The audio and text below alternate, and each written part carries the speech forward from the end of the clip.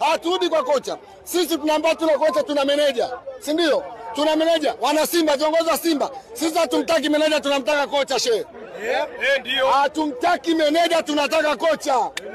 Haiwezekani kocha unapanga kikosi namba 9 wote watatu hapo benchi. Tukio nyumbani. Tukiwa nyumbani. Hapa ni nyumbani. Inatakiwa tushambulie. Tunaanzisha mastaka nje, tafsiri yake tuna defense. Tunakuja kudefense tukiwa nyumbani. Ugenini tutafanya nini? Hatutaki meneja, tunataka nani? Nisikilize. Hatutaki meneja, tunataka kocha. Ndio. Narudia. Hatutaki meneja, tunataka kocha. Sisi tunajua kocha kazi yake ni kupanga kikosi. Namba 9 mechi kama hiyo huwezi kuonyesha namba 9 wote benchi. Unataka tubloku, tumefungwa leo haya. Tunaanza. Ndio kwanza tumefungwa leo tunaanza. Kawaida ya Simba makundi sasa tufungu kwa Mkapa.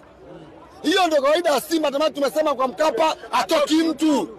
Kwa nini tufungwe sisi? Tunafungwa, inaonyesha kabisa timu inacheza chini ya kiwango. Wachezaji wanacheza chini ya kiwango. Kila siku sisi tunasifia. Timu Simba tuna quality ya wachezaji. Simba na kikosi bora, matokeo yake tutaongea nini? Ndugu zetu wameshinda huko kwao. Lakini mmekosa nafasi za wazi.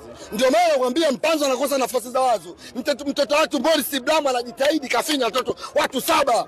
Anatoa pasi ya wazi kabisa, Mpanzo anakosa goli la wazi. Huyu Mpanzo ana nini? Achunguzwe.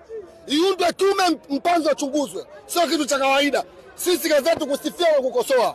Mpanzo kiwango chake tulizishwe na kiwango cha Mpanzo. Anatukosti. Mpanzo tumwambie ukweli, anaikosti Simba.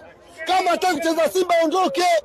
Kama hitaji Mpanzo kucheza Simba ondoke, anaikosti Simba. Simba inategemea wachezaji walitoa uwanjani, wanavunja nguvu zake. Huyu kocha Pentive na yeye, kama sio kocha, tumtafute kocha. Huwezi kutanisha namba 9 wote benchi. Iko kitu mimi siwezi kukubali hata siku moja. Kwenye kweli tuongee. Tumeumia mashabiki wa Simba leo. Hana mashabiki wa Simba leo fly. Tumeumia.